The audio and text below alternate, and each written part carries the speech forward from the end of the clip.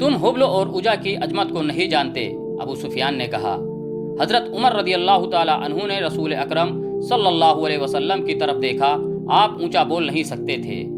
آپ صلی اللہ علیہ وسلم نے حضرت عمر کو بتایا کہ وہ ابو سفیان کو کیا جواب دیں۔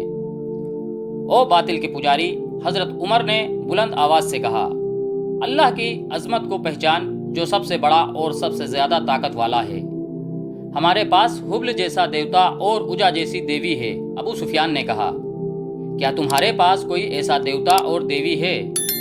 ہمارے پاس اللہ ہے، رسول کریم صلی اللہ علیہ وسلم نے حضرت عمر رضی اللہ تعالی عنہ کی زبان سے کہلوایا، جو حضرت عمر رضی اللہ تعالی عنہ نے بلند آواز سے کہا، تمہارا خدا کوئی نہیں، جنگ کا فیصلہ ہو چکا ہے۔ ابو سفیان نے کہا، تم نے بدر میں فتح پائی تھی، ہم نے اس پہاڑی کے دامن میں تم سے انتقام لے لیا ہے۔ اگلے سال ہم تمہیں بدر کے میدان میں ہی مقابلے کے لیے للکاریں گے انشاءاللہ۔ حضرت عمر رضی اللہ تعالی عنہ نے رسول کریم صلی اللہ علیہ وسلم کے الفاظ بلند آواز سے دہرائے، اب تمہارے ساتھ ہماری ملاقات بدر کے میدان میں ہی ہوگی۔ ابو سفیان نے گھوڑا موڑا، گھوڑا 2 قدم ہی چلا ہوگا کہ اس نے گھوڑے کو روک لیا۔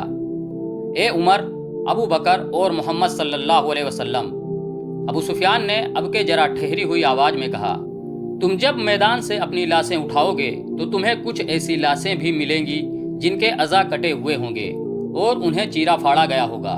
خدا کی قسم، میں نے کسی کو ایسا کرنے کا حکم نہیں دیا تھا، اور میں نے تمہاری لاشوں کے ساتھ یہ سلوک بالکل پسند نہیں کیا۔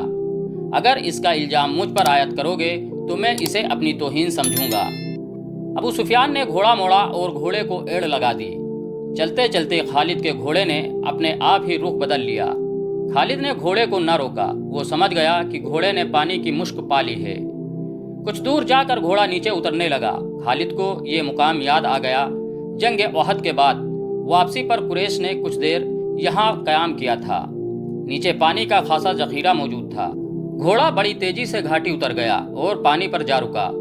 خالد گھوڑے سے کود کر نیچے اترا اور 2 جانوں ہو کر چلو بھر بھر کر اپنے چہرے پر پانی پھینکنے لگا۔ ذرا سستانے کے لیے بھربھری سی ایک چٹان کے ساتھ بیٹھ گیا۔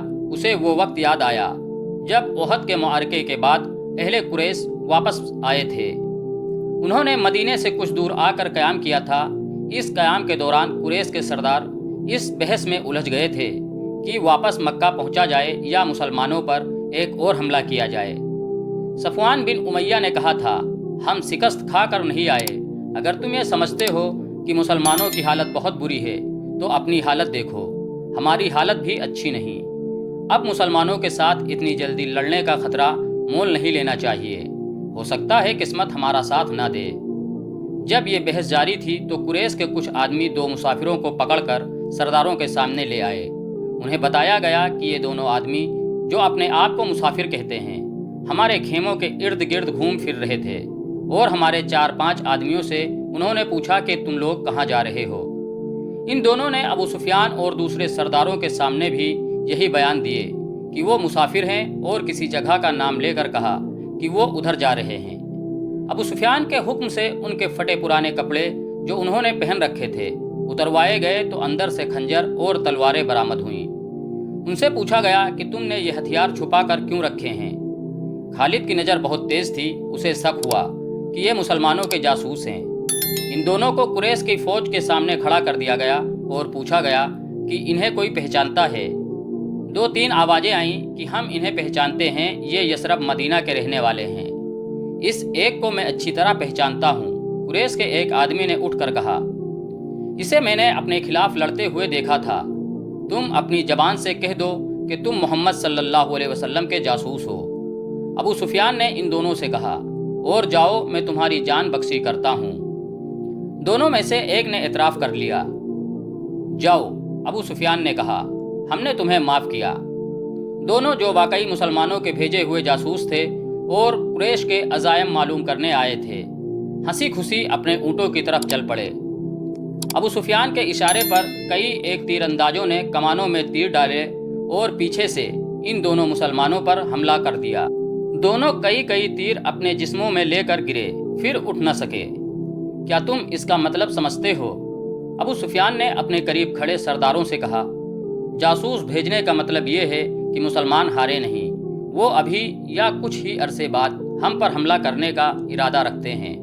فوراً مکہ کو کوچ کرو اور اگلی جنگ کی تیاری کرو۔ اگلے روز رسول اکرم صلی اللہ علیہ وسلم کو کسی نے آ کر بتایا کہ اہل قریش نے جہاں پڑاؤ کیا تھا وہاں اپنے دونوں جاسوسوں کی لاشیں پڑی ہوئی ہیں اور اہل قریش مکہ کو روانہ ہو گئے۔